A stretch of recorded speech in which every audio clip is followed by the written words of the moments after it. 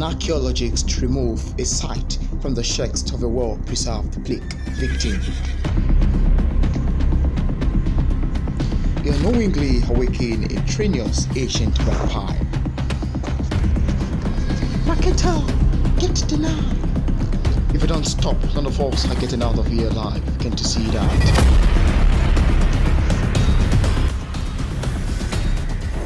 Halfway across the world, a long dormant bloodline curse is simultaneously revived in Sophia Kennegan, a direct descendant of the old vampire's mortal coin.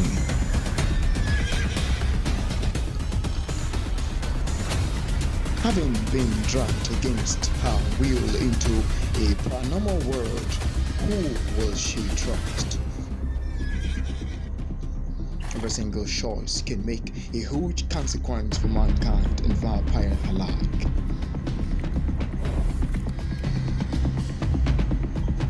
Will Sophia survive or die? Dust. Find out in this Manor of Mage. Hi guys, welcome back to my YouTube channel at P English Literature.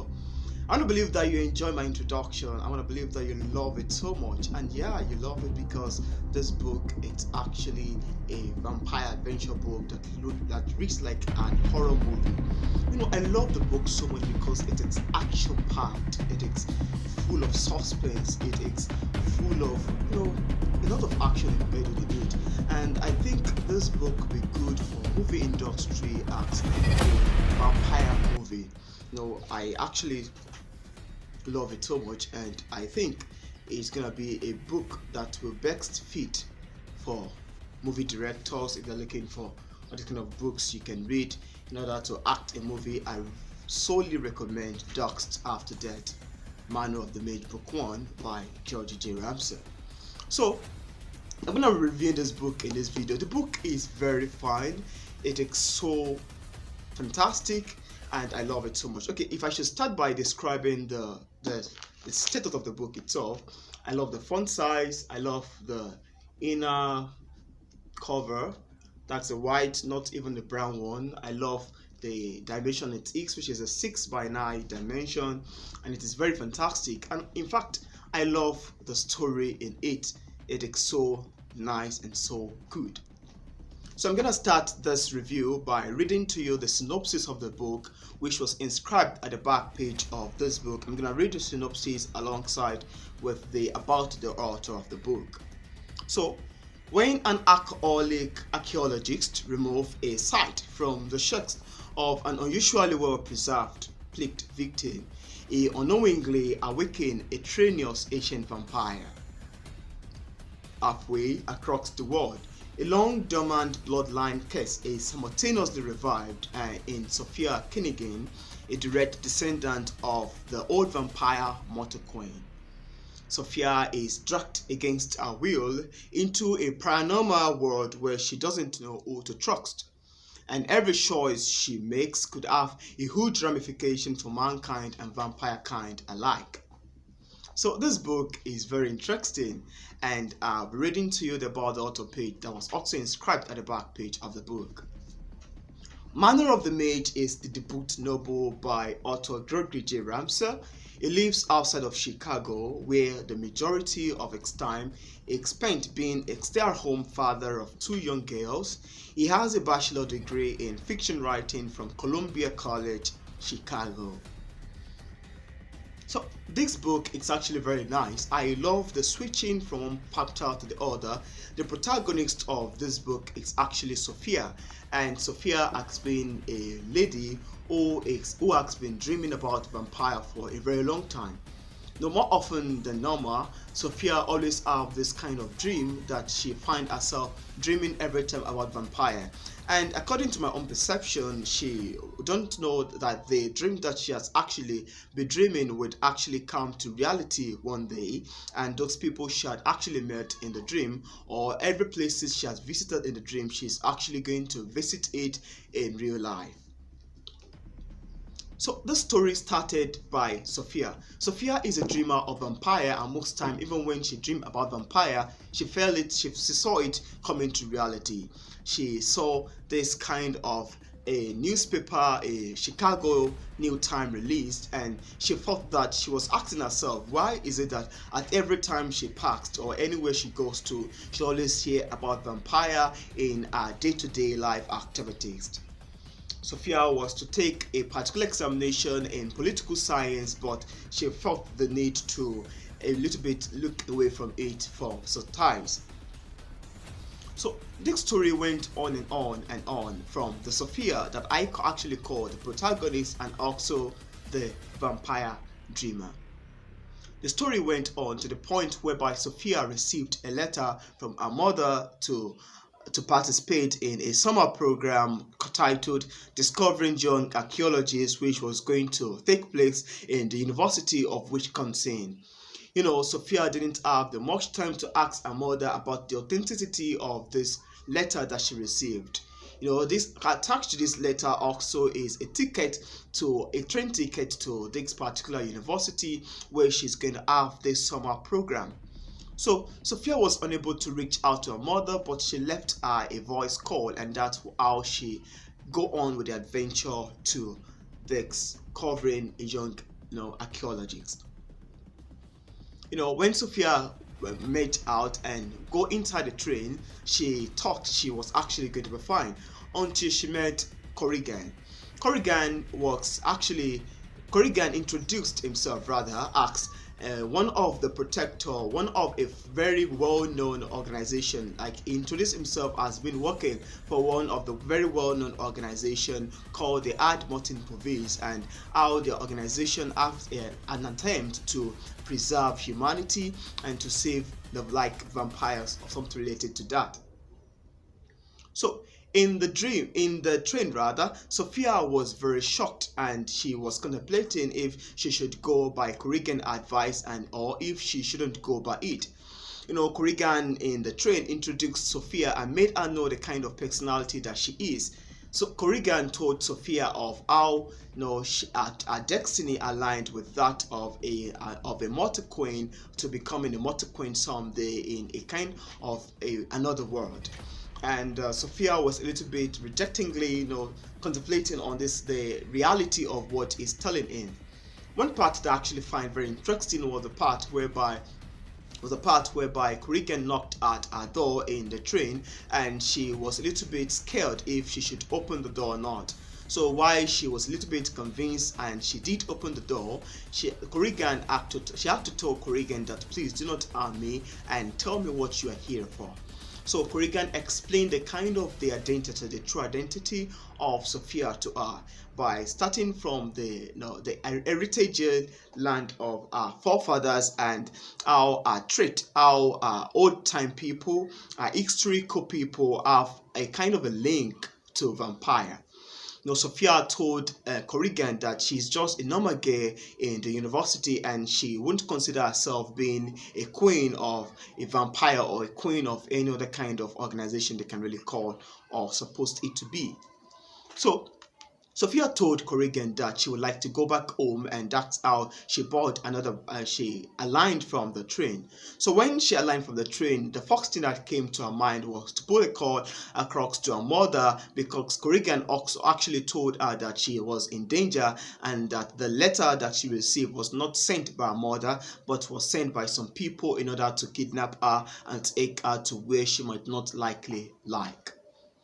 So when Sophia reached out to her mother and called her mother on phone and informed her of how she met someone in the train who claimed that she is a vampire. So surprisingly to Sophia, her mother seems to be negligent about what she's telling her, and she told her that she was gonna be fine and that she should go on with her adventure.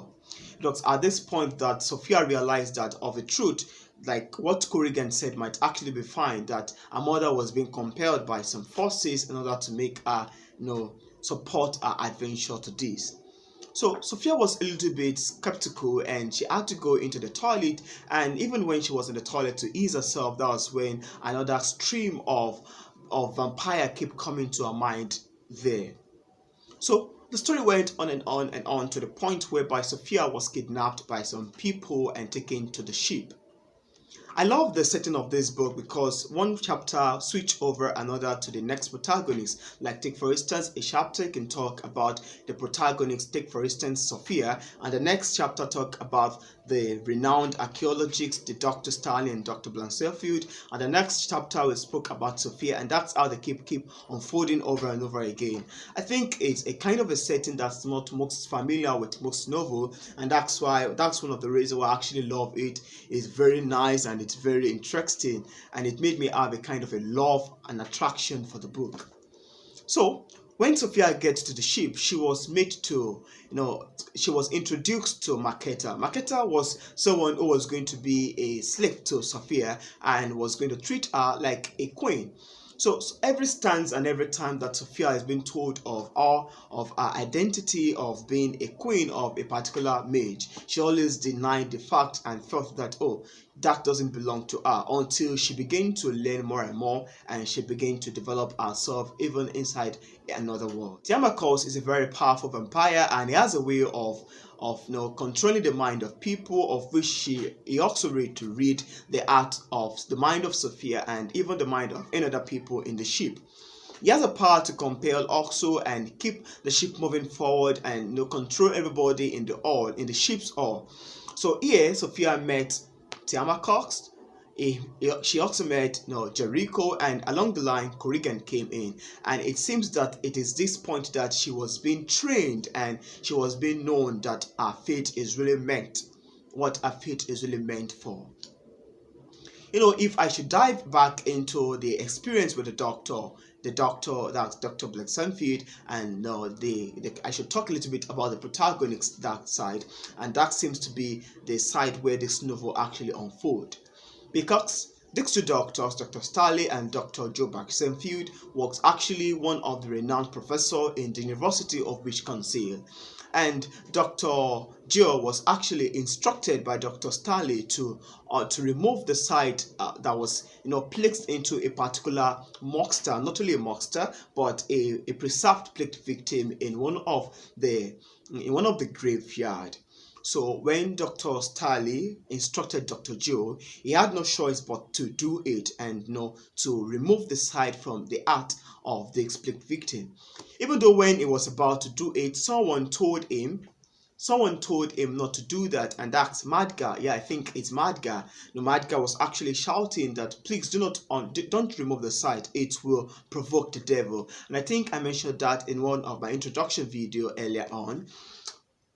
So that's how Dr. Joe Blancelfield unearthed this dangerous vampire, which was going to be Borbista at the eventual part of this novel, and that's actually going to be the vampire that's the most powerful and the one that's actually going to destroy them all.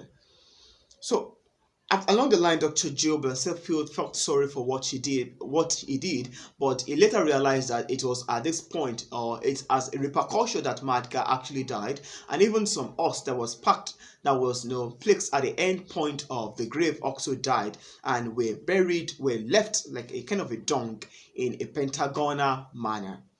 So the story kept on and on because the doctor actually thought they are doing their job as an archaeologist, but they unknowingly awakened this ancient and trinious vampire that was going to hunt back on them.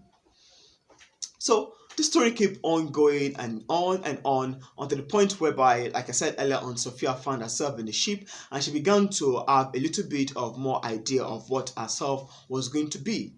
So along the line, the Sophia get a lot of knowledge in the ship, and she was very inquisitive. She grew from someone who was a little bit timid initially to someone who was very, very strong along the line.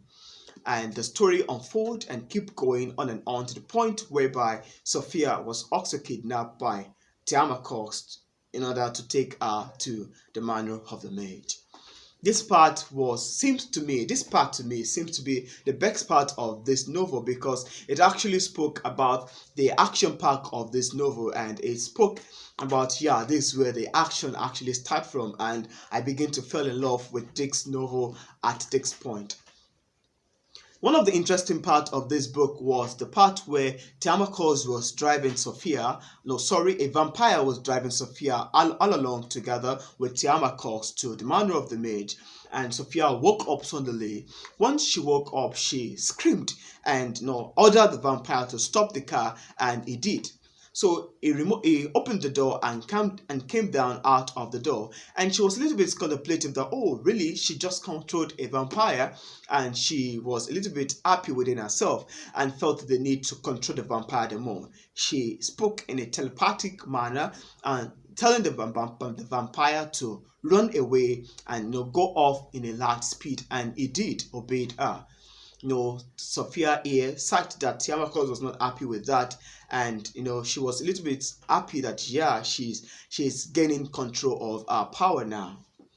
But Tiamakos was a powerful vampire. He always finds his way back to Sophia, and with the intention to take Sophia to her father Bobista in order to fulfill her destiny. When the information reached out to Dr. Joe Blansenfield and Dr. Starley that Sophia has been taken to the Manor of the Mage to meet Bobista, they began to make an attempt to stop Tiamakos from making this come into a reality, and that's why they go on the adventure also to the Manor of the Mage. So this story started, and this part seems to be a most powerful portion of this book, because the doctors find themselves in the Manor of the Mage, but they were a little bit hindered by Scotta. Okay, let me go back to the point where Sophia arrived at the Manor of the Mage. When Sophia arrived at the Manor of the Mage, Tiamakos took her to Licinius, and so Licinius introduced her, and he welcomed her very well as the queen, and give her a very good reception. He showed Sophia, he introduced Sophia to Doriana, and told her that anything you need, please do consider asking Doriana. There's a way to the kitchen, that's what you should do, and that's what you shouldn't do. So from this point, and another point I actually love was the part whereby Licinius instructed Scotta that he should bring Sophia so that he can read to her the letter that he had written to her concerning the sacrifice that was about to take place in the night, or something related to that. When Scotta finished reciting and reading this letter to Sophia, even before that, there's some adventure that happened. Well, I don't like to leave my review a spoiler-free, because I actually love leaving my review a spoiler-free review. So I won't be talking about everything about this book in entirety. I'm gonna leave the watcher of this video review to check out for themselves the sort of information, the sort of adventure that was contained in this impressive novel. So the story went on, and when Scotta hindered the archaeologists from entering, they injured him and get their way inside the Manor of the Mage. They tied down Scotta's hand and threw him inside one of the dungeons, and they move on with their adventure. So, but Licinius was a very, very powerful vampire, and he could smelt and thought that there are some strangers in the house, of which he quickly summoned everybody in the house: Tiamakos, Doriana, Maketa, and some other people. Well, I shouldn't forget to talk about this. When Sophia found or see Maketa in the Manor of the Mage, she was a little bit very happy, because she felt that she has met someone that she known in this dungeon she has just been taken to. And along the line, Corrigan also showed up. Even Jericho showed up, and she felt a little bit happy, and she felt at home. So that was how the story kept unfolding, and it seems to be a kind of something like a war going on in the room. So when the story kept going on, and I really enjoy the fact of the story. So the doctors, the professor, keep their way inside the Manor of the Mage. When Licinius felt that something is going on, he arrested one of them. I think Dr. Starley thereabout, I don't know, I cannot remember. He arrested him and made him a scapegoat. That was how everybody was made known that there are some strangers in the house that even visited Licinius' office himself. So Licinius ordered that they should prepare Bobista for the ceremony tonight, and that the and that the reviver of Bobista, that's Dr. Jill, was also going to be sacrificed.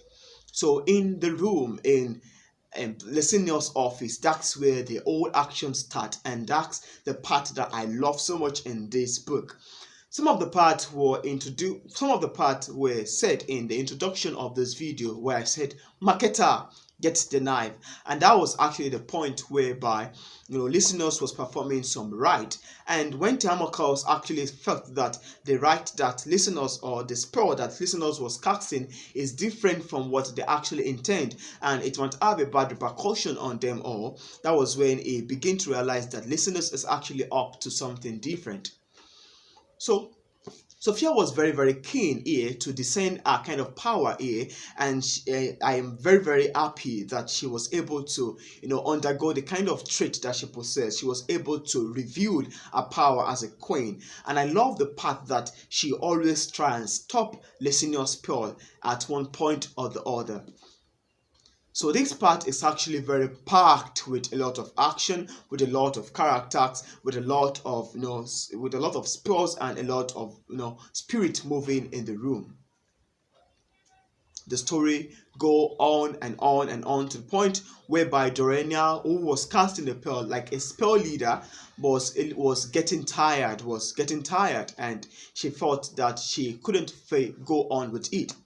So at the point whenever Licinius wants to do anything different, Sophia always, with a magical spell, spoiled Licinius' path, and that's how the story keep on going. Unlike my introduction that said, if you don't stop, none of us is going to get out of here alive. That means that was Licinius telling Sophia that if she didn't stop, they are actually going to perish all the same. So this story is actually very interesting. I wouldn't like to talk about everything in entirety, but I would like to leave the watcher of this video to check out if Sophia actually survived it or not, and the adventure of Tiamakos getting Sophia's blood for Bobista, who has been waiting for a very long time because he thought that his father Bobista needed Sophia's blood. Was he able to achieve this? I would like the reader or the watcher of this video book review to check out for themselves and see what sort of information that Gregory J. Ramsey has had to told in this book. The ending part of this book is very fantastic. It is action-packed, and I underlined some points. I was going to get back to them later on. I underlined some point here. I underlined some characters, some talk, and it's very, very fantastic. Well, I felt this book would be good for students of archaeologists in any field. Those are students who are very much interested in studying the historical event of human, of creatures and their image. This book is very good for them. This book is also good for archaeologists who are also literature enthusiasts. I thought anyone in this kind of category will find this book very interesting. Well, like I said earlier on, my review on books is actually a spoiler-free review. If I'm going to make a spoiler review, it's actually going to be a kind of an academic review. This book is a wonderful adventure, is a power-packed story, and it is a kind of book that reads like a movie. It really reads like a movie, and one of the reasons why I love it, it's fantastic, it is power-packed, and it is a great job that George J. Ramsey has done. This book is actually the first book in this series, Doctor After Death. And I can't really wait to get and to review the second book of this series. I'll be very, very glad to review it, and that's how I'll keep reviewing. Even if the book is going to be in 5 series, I'll keep reviewing it whenever it's published here on this channel, and that's how it is going to go. I really love this book, and I gave it a 5/5 review. You can check this book, or you can buy it on Amazon. A link to getting a copy of this book is included in the description of this video. You can check it out there. It's also available on Goodreads. You can also check my review there and the review of other people out there. If you would like to get a copy, I also left a link to the Instagram page of the author. If you'd like to connect with him, you can reach out to him over there also. So this is where I'm going to be drawing the curtain for today's video, and I'm urging you to check out Doctor After Death. It's a very fantastic book. It's a book full of horror. It's a thriller. It's a suspense. It's wonderful. Everything embedded in it.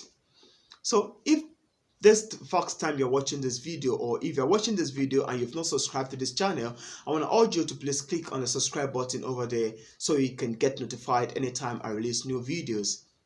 I always make videos about book reviews, interviews with authors, and the channel is actually something that you like to be, or a channel you like to watch if you're a literature into talks, if you're a book lover, and if you're a writer generally, or even if you're not a writer. So thank you for watching my video. See you in my next video. Goodbye.